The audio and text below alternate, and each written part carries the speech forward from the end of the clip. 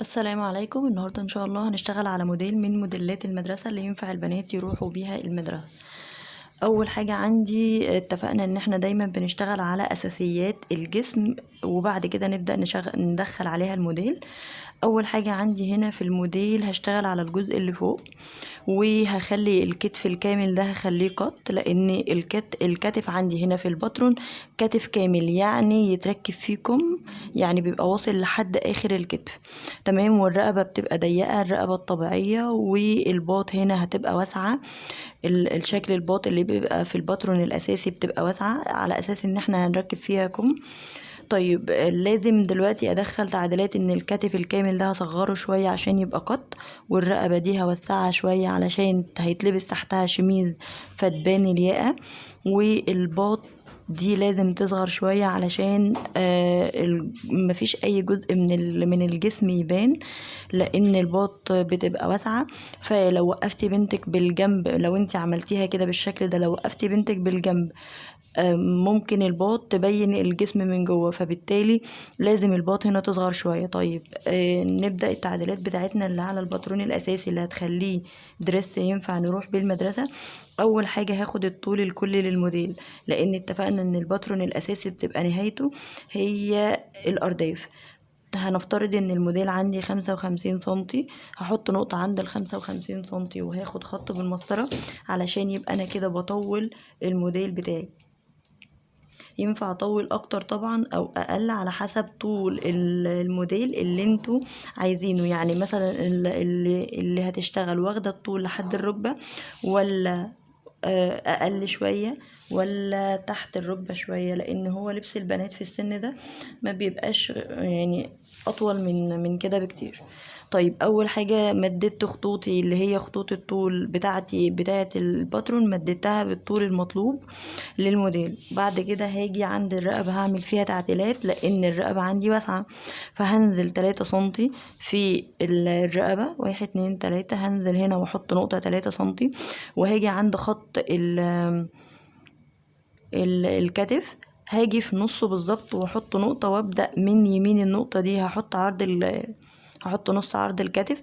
هو هنا الكتف عندي 10، هاجي عند ال5 سنتي كده واحط نقطة هنا، ومن ال5 سنتي دي هبدأ عايزة اشوف انا عرض القط عندي قد ايه.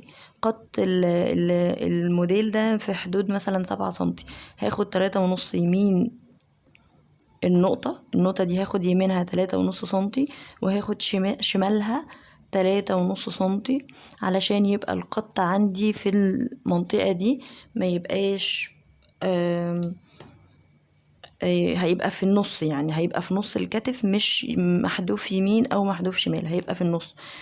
وعرفت النص منين؟ ان انا نصفت الكتف الاول، وبعد كده حددت عرض القط ودخلت النص يمين ودخلت نص القط شمال من النقطة دي. بعد كده اتعملت عندي النقطتين دول، عايزة اوصلهم ببعض علشان يبقوا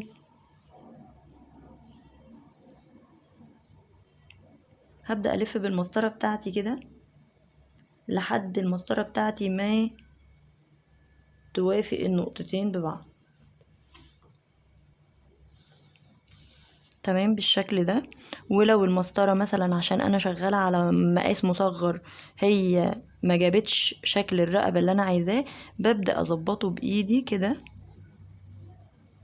هو ده شكل الرقبة اللي انا عايزاه، الدائري شوية، مش اللي المسطرة عملته، لان المسطرة هنا هي بتاعت مقاسات كبيرة وانا شغالة على حاجة مصغرة، فانا عايزة اللي هو بكيرف شوية ده. تمام. بعد كده هبدأ الباط عشان اضيقه لازم ارتفع بخط فوق خط الصدر ب2 سنتي، وهعمل خط جديد. الخط ده هيبقى اسمه خط الباط او خط القط، اللي هو بيبقى اصغر من الباط ب2 سنتي. انا عايزة اقفل القط على قد مخرج الايد بس، مش عايزة اخلي الباط واسع. انا عايزه اخليه على قد مخرج الايد بس، لان هو مش هيتركب فيكم. تمام. حددت نقطتي هي وهرتفع هنا 1 2 3 4. انا كنت مرتفعة 4 سنتي علشان اجيب النقطة الاساسية دي، هرتفعهم من هنا 1 2 3 4 عشان النقطة الجديدة بتاعتي تبقى هنا، وابدأ اوصل شكل القط الجديد بتاعي. علشان يبقى عندي الجديد اللي هو من القط للباط بالشكل ده. الباط صغر شوية وصغر شوية كمان من عند منطقة الكتف، وبقى هنا في منطقة القط، وهنا في دوران الرقبة اللي وسعناها علشان ياقة الدرس هنا بتبقى عبارة عن رقبة كبيرة، مش رقبة ضيقة بيخرجوا منها الياقات بتاعة الشميز الملبوس تحت. بعد كده هوصل هنا منطقة الوسط بتاعتي بالباط زي ما هي بالظبط. وبعد كده هنيجي عند المنطقة الوسط اللي هنا دي كده، لو هتشوفوا في الموديل هتلاقوا ان في حاجة اسمها كلونة دي. طبعا هنا لو انا هعمل درس طبيعي خالص عادي بنزل وسع الديل على قد وسع دوران الارداف كده، ده لو درس طبيعي، يعني لو انا هقفل الموديل بتاعي. طيب انا دلوقتي عايزة اعمل كولونات من منطقة الوسط، ده خط الوسط، عايزة اعمل كولونات موجودة عندي في الدرس. هاجي اقسم المسافة دي، هشوف الاول انا عندي كام كولونة. طلع عندي 3 كولونات، كل كولونة منهم هقسم الخط ده علشان يبقى الكولونات في مناطق متساوية، فهقسم الخط ده على 3، فالخط ده طلع معايا 17 سنتي ونص.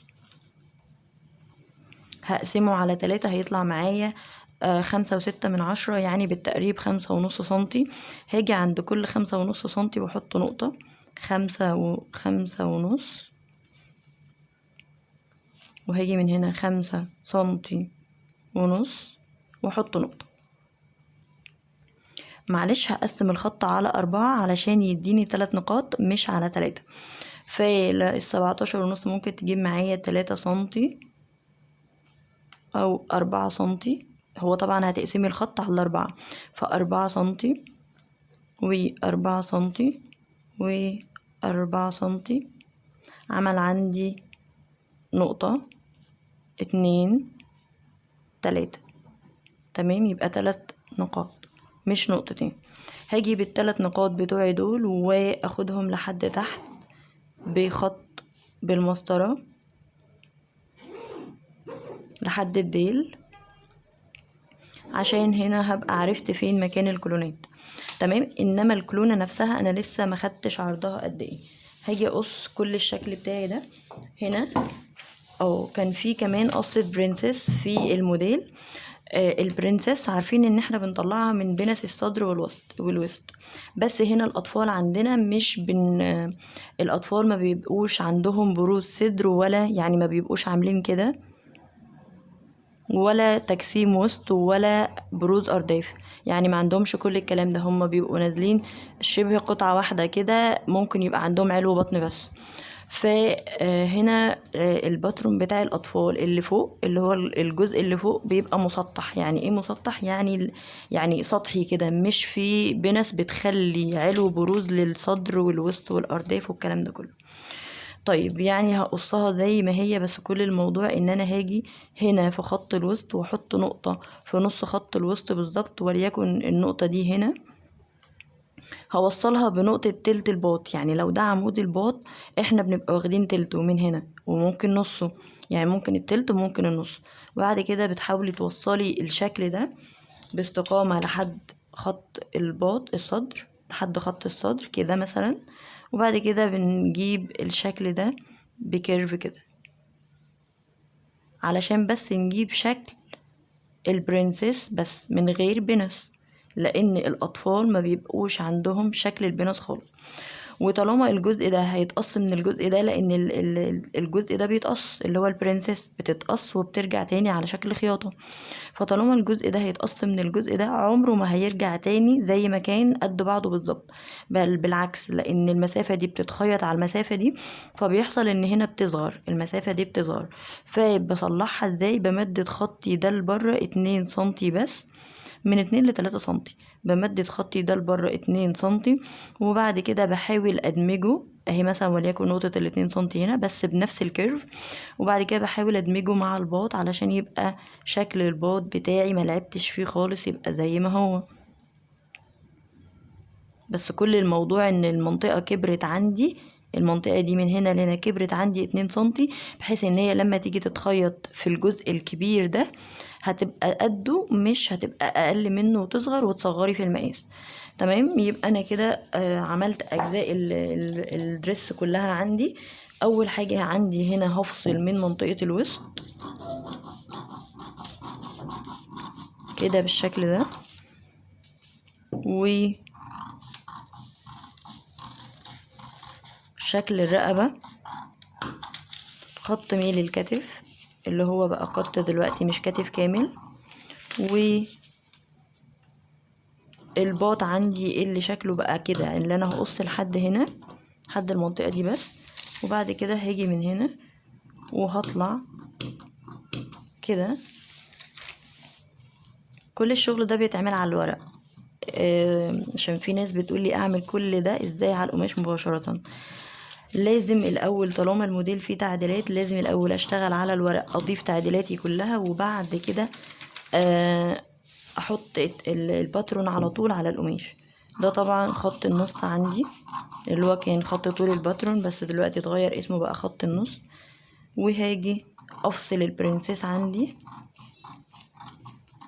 بنفس الشكل بتاعها بالظبط بالشكل ده كده، علشان لما اجي اخيط هنا دلوقتي كده، لما اجي اخيط بيحصل عندي ان الخياطة بتاخد مساحة، فلما بتاخد مساحة دلوقتي لو جيتي رجعتيها لو كنا ما عملناش المساحة دي كانت هتبقى اصغر، كانت هتبقى واصلة معاها لحد هنا، انما المساحة دي لا هتجيب لحد اخر الباط كده.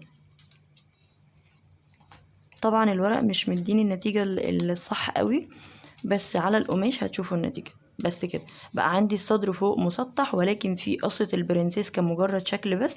وبعد كده هاجي اعمل الجزء التاني اللي هو جزء الجيبة. طبعا نفس اللي اتعمل عندي في الامام هعمله في الخلف، وهنا نفس اللي اتعمل في الباط عندي في الكتف عندي في الامام هعمله في الخلف، وفي خط الباط برضو، وفي الكولونات ما عدا شكل البرنسيس. والرقبة برضو هنزل من 1 ل2 سنتي واحط نقطة وابدأ اوسعها علشان برضو بتبقى واسعة. هاجي هنا من خط الجنب بتاعي بالشكل ده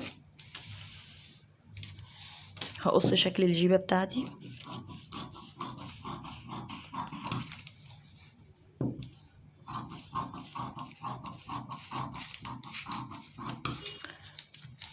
وبعد كده هجيب ورقة تانية، او خلينا في ورقة كبيرة بالشكل ده، وهاجي هرقم الاول القصات بتاعتي، هكتب عليها كده 1 2 3 4. طيب ليه هعمل كده؟ لاني دلوقتي هاجي هفصل الشكل ده اللي هي القصات بتاعتي، هفصلهم عن بعض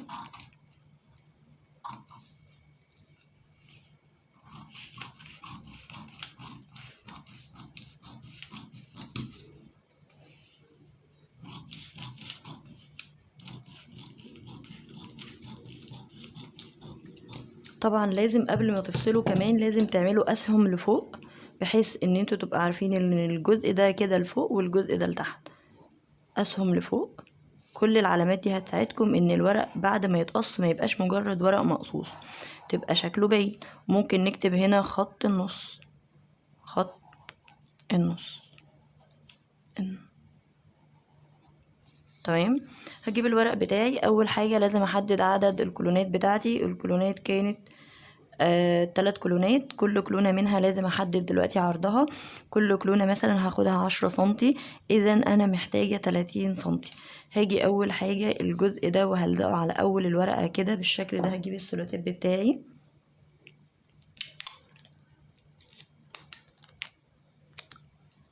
هلزق كده على اول الورقة بتاعتي الشكل ده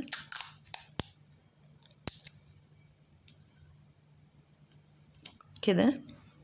وقبل ما ابدا الزق الورقه التانية لازم اسيب مقدار الكلونه اللي هي كانت عندي انا محتاجه 10 سنتي، فهسيب من هنا كده من بعد القصه الاولى 10 سنتي،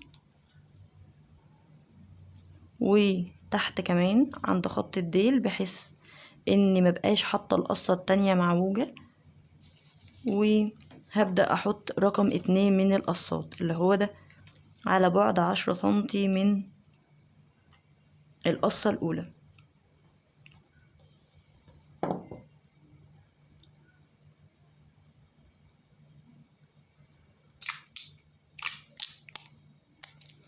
هنجيب السولوتيب وهلزق اول قصة عندي، ولازم طبعا اراعي ان الاطوال بتاعتي، انا هنا هفك لان الطول نزل معايا تحت شوية اهو كده.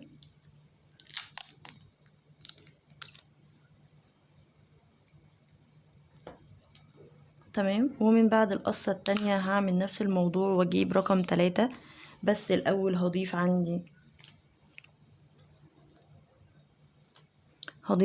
ال10 سنتي اللي هما مقدار الكولونة التانية، وهنا كمان هضيف 10 سنتي مقدار الكولونة التانية، وهحط القصة التالتة اللي هي رقم 3 على بعد 10 سنتي من القصة رقم 2 اللي هي مقدار الكولونة التانية.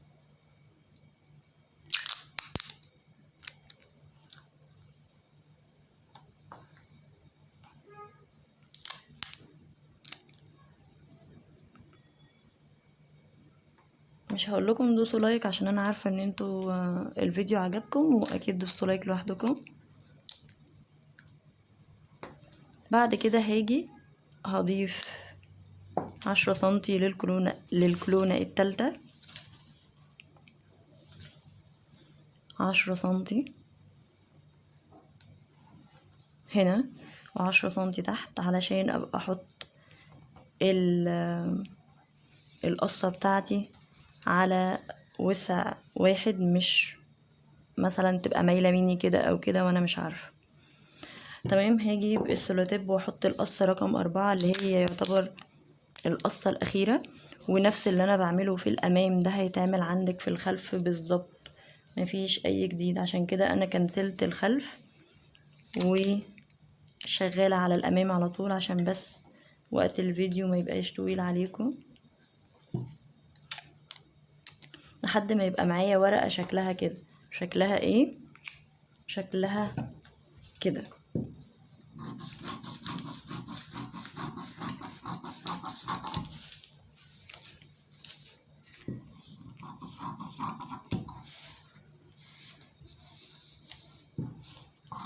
يبقى الوسط الطبيعي اللي هو كان معايا حجمه زاد. دلوقتي هاجي الكلونة بتاعتي مقدارها 10 سنتي صح، هاجي عند 10 سنتي اللي هما مقدار الكلونة، وهاجي في نصها بالظبط اللي هو 5، وهاجي هنا في النص بالظبط اللي هو برضو 5، وهعمل كده. هجيب الجزء الأول من القصة ده كده واحطه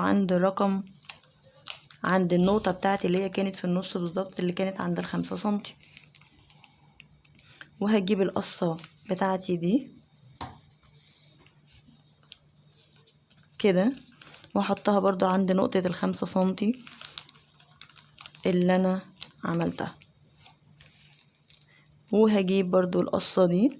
عايزة ارجع بقى كل حاجة لأصولها، اللي هي الجيبة بتاعتي الأساسية هرجعها لأصلها، بس ما تنسوش تحطوا نقطة في نص الكسرة بالظبط زي ما عملت في أول خطوة، علشان تديكم الشكل زي بعضه بالظبط، يعني الكلونة تبقى في النص بالظبط. هاجي هعمل كده برضو جزء نص يمين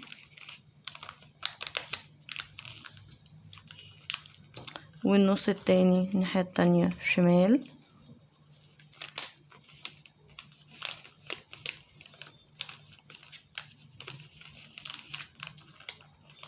بالشكل ده.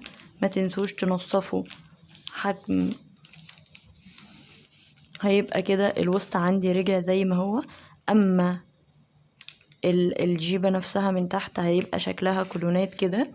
طبعا ما تنسوش ان الوسط هيرجع بعد ما تخيطي البرنسيس في بعضها تاني، اللي هو الوسط هيبقى شكل الدرس عندك كده اللي هو ده. تمام. ينفع الكولونة دي تبقى واحدة بس في النص، وينفع تبقى اكتر، وينفع تبقى اقل، ينفع يبقوا 2 على حسب انتي الموديل بتاعك اللي قارياه شكله عامل ازاي. هو ده شكل الموديل اللي قدامنا. يا رب يكون فاتكم النهارده في الفيديو ده، ويكون الدرس عجبكم وافادكم ان انتوا تعملوه لبناتكم او لاي حد جاي طالب منك درس زي ده. اكون سهلت عليك الموضوع، واكون فدتك او فدتكم عامه سواء راجل او ست يعني. وهقول لكم السلام عليكم ورحمه الله وبركاته. ما تنسوش اللايك وتعليقاتكم مستنياها، علشان بفهم منها ايه اللي ناقص، ايه اللي زايد، ايه اللي انا غلطت فيه، ايه اللي مثلا انتوا عايزين تعرفوه، هكذا. هقول لكم السلام عليكم ورحمه الله وبركاته.